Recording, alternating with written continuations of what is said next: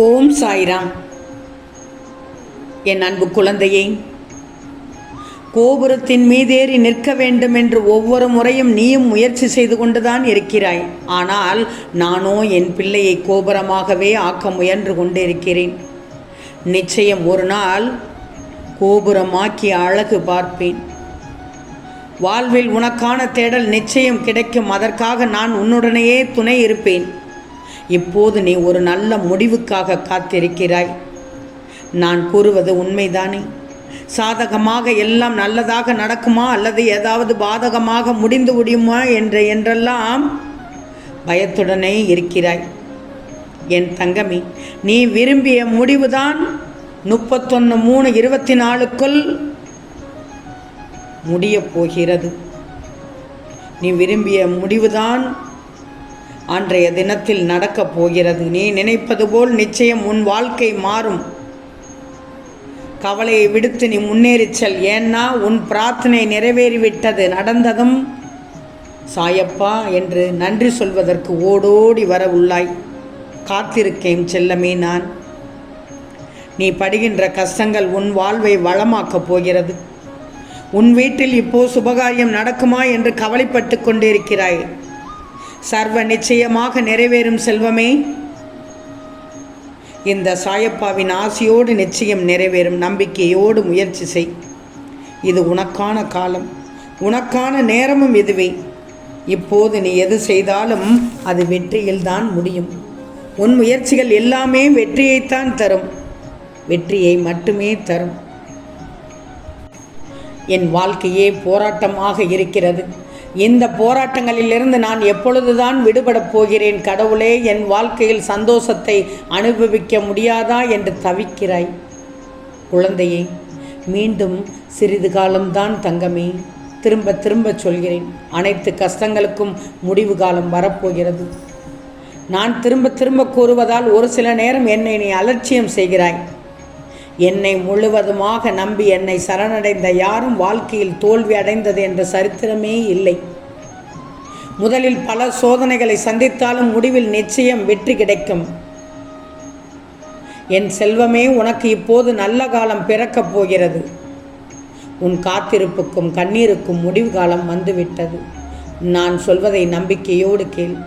உனக்கு வேண்டியதை நடத்தி கொடுக்க நான் தயாராகிவிட்டேன். உன் பிரார்த்தனை அனைத்தும் 31/3/24க்குள் நடந்தேறிவிடும். என் செல்வமே, வாழ்க்கையில் பல பிரச்சனைகளுக்கு உடனே தீர்வு வேண்டும் என்று நினைத்தால் நீ ஒரு சில விஷயங்களை மறந்துதான் ஆகணும்.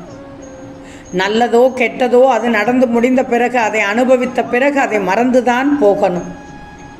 எதுவுமே நடக்காதது போல் ஒரு புதிய ஒன்றை தேட பழகிக்கோ. அந்த புதிய ஒன்றுதான் உனக்கு சந்தோஷத்தையும் நிம்மதியையும் தர வேண்டும்.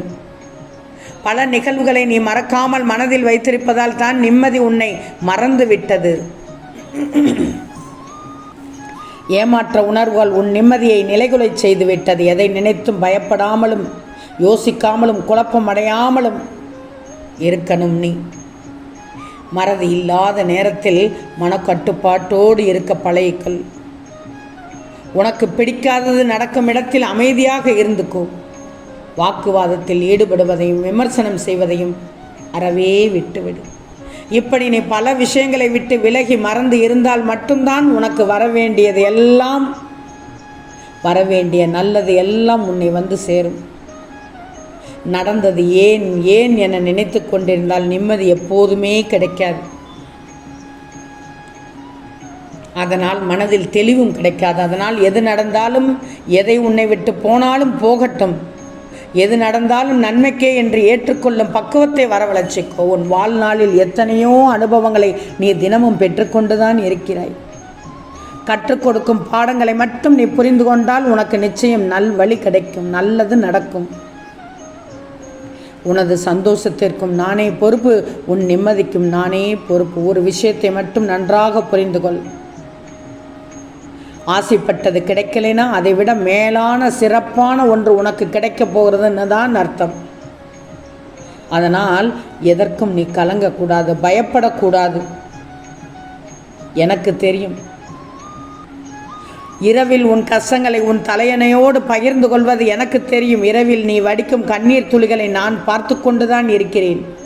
நிம்மதியாக உறங்கி எத்தனை இரவுகள் ஆனது என்று மனபாரத்தோடு இருக்கிறாய் என்று எனக்கு தெரியும். இதையெல்லாம் சரியாகி நீ மகிழ்ச்சி அடையப் போகிறாய். உன் கஷ்டங்கள் எல்லாம் முடிவுறப் போகிறது. நீ கவலைப்படாமல் இரு தங்கமே. வரும் ஞாயிறுக்குள் உன் கஷ்டங்கள் அனைத்தும் தீர்ந்துவிடும். நீ நினைத்தது எல்லாம் நடக்கத் தொடங்கிவிடும்.